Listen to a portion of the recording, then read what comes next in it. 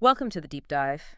Today, we're going to plunge into the surprisingly rich history of a sound that's, often just called lo-fi or maybe glitchy. Mhm. We're talking about the Bitcrusher effect Oh. and its close relative sample rate reduction. Yeah, that crunchy sound. Exactly. If you've ever heard a track with that really distinctive, like crunchy digital edge, or maybe a sound that feels intentionally broken but somehow still perfectly musical, chances are you've heard of Bitcrusher. Definitely.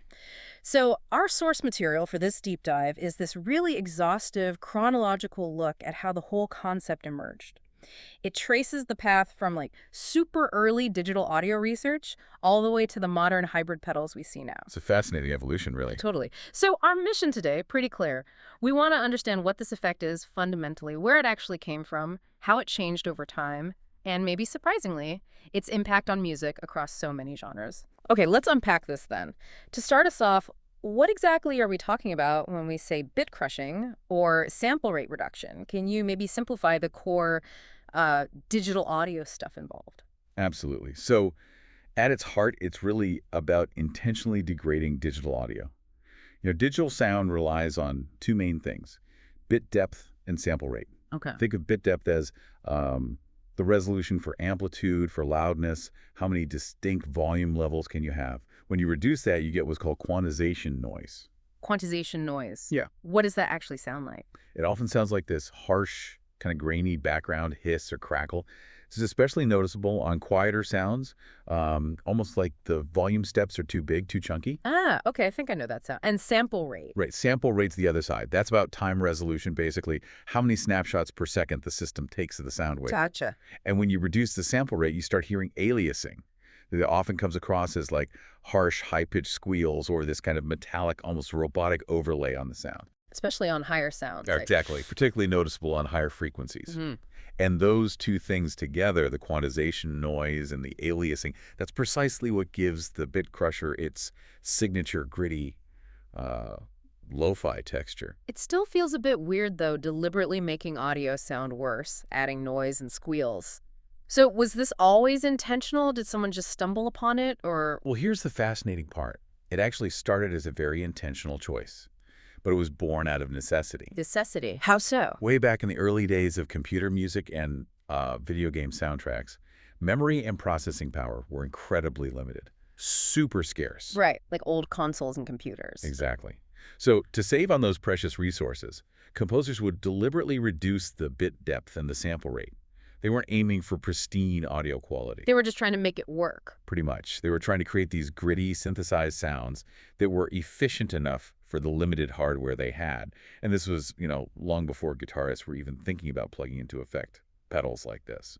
Wow. So the whole lo-fi aesthetic in this case wasn't some happy accident in a studio later on. It was a calculated move from the get-go. Yeah, a compromise that ended up having this really distinct character. It's kind of wild to think a flaw became such a sought-after feature. Mm. What does that tell us, maybe, about how we hear music or about creativity, that sometimes the limitations are where the interesting stuff happens? I think it definitely shows that artists and engineers are always listening. Yeah, listening for new textures, even in things that might initially seem like technical problems or imperfections. Yeah. The specific sonic character these limitations created just proved to be musically interesting, compelling in its own right. Okay, so if this whole sound was born out of digital necessity, how on earth did it then make the jump into the analog world? That feels like a contradiction.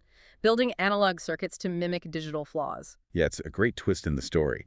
That's where the ingenuity of boutique builders and hobbyists really shines. Before dedicated DSP chips became common in pedals, these folks started figuring out analog ways to approximate that downsampling sound. Seriously? Well, they were Mm. trying to get that digital kind of crunch using purely analog components, operational amplifiers, transistors, that sort of thing. Any specific examples? Oh, yeah. A classic one is Colin Reffels' Crusher.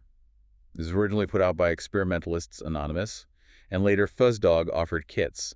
This thing used op amps and Fezzities field effect transistors to try and emulate that digital bit reduction feel, but in a completely analog circuit. And did it work? Did it sound the same? The results were often pretty unpredictable, actually. Not exactly like true digital bit crushing, but created these unique kind of colorful artifacts that definitely captured that crunchy, degraded vibe. That's amazing. It really makes you think, doesn't it? If these digital limitations were originally kind of a pain, why go to all the trouble to recreate that specific sound using completely different analog tech? It says a lot about the sound itself, I think. Yeah, what did that whole process reveal about what people actually liked about the bit crushed sound? Well, they were facing this huge challenge, right? Trying to mimic those sharp, stepped changes of digital truncation using smooth, continuous analog components. It's kind of like trying to draw a pixel art with a paintbrush. Aha, yeah, good analogy. But what it proved was that the sound itself, that specific crunchy, maybe slightly broken digital vibe, was just inherently musical and desirable to people. These early analog experiments really cemented its potential and paved the way for what came next. Okay, so we've got the digital origins, the early computer music necessity, then these clever, slightly weird analog workarounds.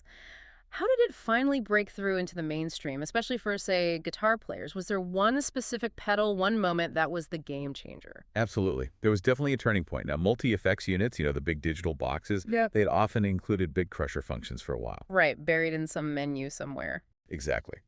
But the real breakthrough for making it a dedicated, accessible effect was the Moleco Screwtator. That came out in late 2015. The Screwtator. Okay. What made that one so special? It was arguably the first guitar-specific stomp box built on a DSP platform that was solely dedicated to doing sample rate and bit depth reduction. It wasn't just one effect among many, it was the effect. Ah, okay. So it wasn't trying to do everything. It focused just on that crushing sound. Precisely. Yeah. And they made it incredibly controllable right there on the pedal.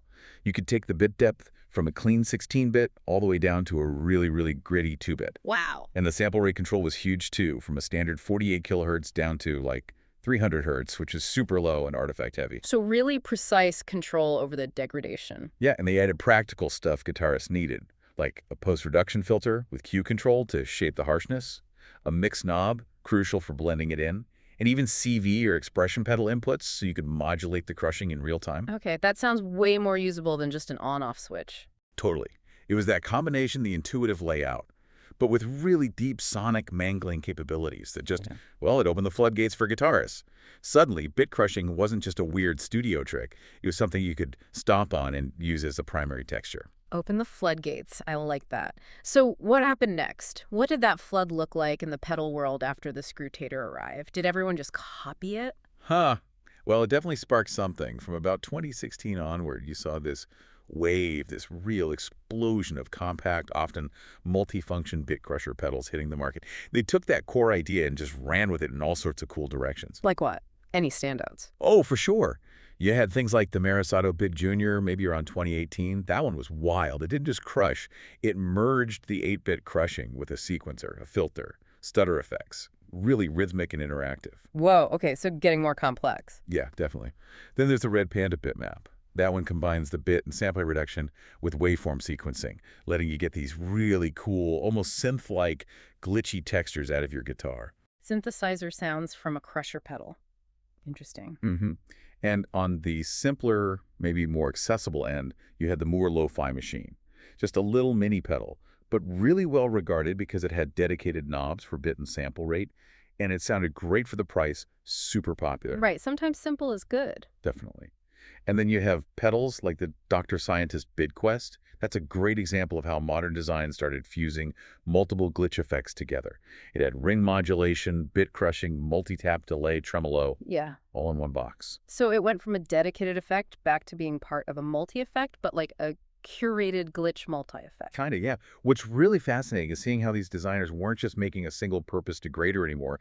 They were creating these complex tools for blending and layering different kinds of sonic mangling, turning simple degradation into a real sound design platform. You can really see the evolution there, can't you? How it starts as this one specific technical process, degrading the signal, and then blossoms into this whole creative universe of textures and possibilities for musicians to explore. Exactly. Okay, so moving away from the gear itself for a minute, let's talk about the actual sound and its impact.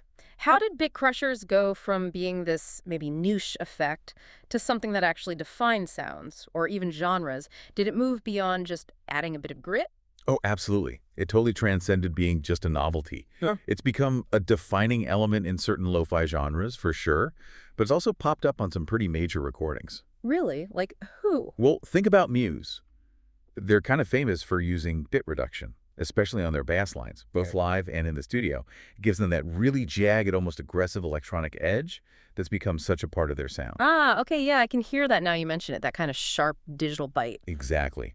Or think about that classic Caius track, Green Machine, that huge, heavy, almost sludgy guitar groove. Oh yeah, legendary riff. Many people point to that sound or try to emulate it using bit crushing, maybe with a low-pass filter rolled off a bit to get that really thick, squelchy, heavy tone that kind of laid the groundwork for a lot of stoner rock. Wow, I never would have connected bit crushing to stoner rock, but it makes sense when you describe it like that. Yeah, it's not always just about sounding like an old video game. And beyond that, lots of experimental and noise rock artists rely heavily on Bitcrusher pedals. They use them to push textures way beyond what analog fuzz or distortion can do. How so? They use them not just for the raw grit, but almost as rhythmic generators, creating these sputtering, glitchy patterns or just as tools for pure sonic deconstruction. It's really a core part of their sound art toolkit. So it can be a textural thing, a rhythmic thing, a foundational tone. Pretty versatile. Incredibly versatile. If you sort of connect all the dots, it's pretty clear that this sound, which started literally because of technical limitations, was then intentionally recreated, refined, and has now become this really core expressive tool used across all sorts of musical styles. That's fascinating. Hopefully now when you hear those kinds of textures out in the wild, you'll maybe hear them with fresh ears, Recognizing that journey they took from old computer chips to these really iconic tracks and understanding there's often real deliberate artistry behind that broken sound. Yeah, it's not always just noise. So, what an incredible journey we've traced today. Seriously. From the Bit Crusher's roots in just fundamental digital audio math, basically. Sampling theory. Right. And that early computer music necessity, then through those really clever, almost bizarre analog DIY experiments. The analog emulation. The first DSP pedals that really focused on it, like the Screwtator, and now landing where we are today with these super sophisticated hybrid boutique boxes, it's really become a staple effect for anyone looking for those abrasive retro digital or just plain different sounds. It really has. And it does raise an interesting question, I think. As technology keeps advancing and audio fidelity gets more and more perfect, supposedly. Right, higher resolution, cleaner signals. Exactly. Why do we, as listeners and creators, keep intentionally reaching back for and even celebrating sounds that come from flaws? From limitations like the ones inherent in bit crushing? Is it just nostalgia, or is there something deeper going on there about how we perceive sound? That's a great question to leave people with. Maybe it's a reminder that, true innovation, real creativity often comes not just from perfecting things, but from playfully messing with them, from distorting the boundaries of what we even think sounds good. There'll be. So keep listening, keep experimenting if you make music, and definitely keep noticing how those supposedly imperfect sounds out there might just be the ones that stick with you the most. Thanks for joining us on this deep dive.